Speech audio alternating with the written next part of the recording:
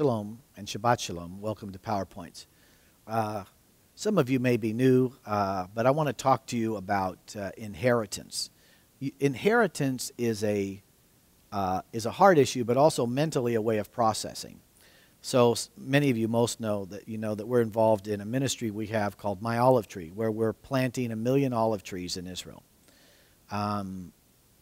More than likely, the crop and everything that goes down, I mean, I'll be around for some of it, but the real impact of what those trees will do on the earth, that's an inheritance. And you could say, why would you invest in something like that? Because that's being biblically minded. The scripture says a good man leaves an inheritance to his children's children. Now, I want to share with you about the two largest transfer of wealth in the history of the world that we know about. The first transfer of wealth was an activation of the covenant of Abraham through a man named Joseph.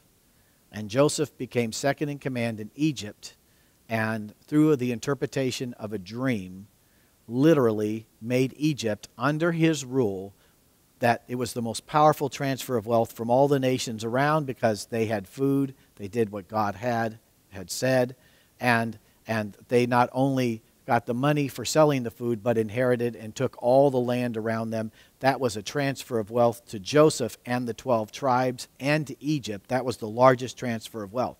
Now, the promise that God made to Abraham was that that transfer of wealth would go to a land of promise, and that it would go to his seed, and his seed would be like the sands of the sea, and there would be all this wealth.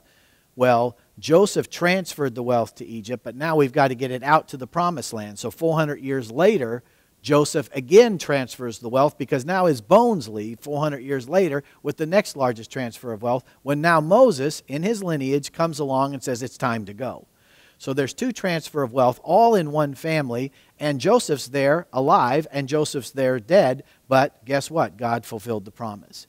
That's why you have to be inheritance-minded, because the fulfillment of what he made to Abraham happened in two different seasons for Joseph. Joseph alive and Joseph dead. Did he do it? Absolutely. I'll talk to you more about this on Monday.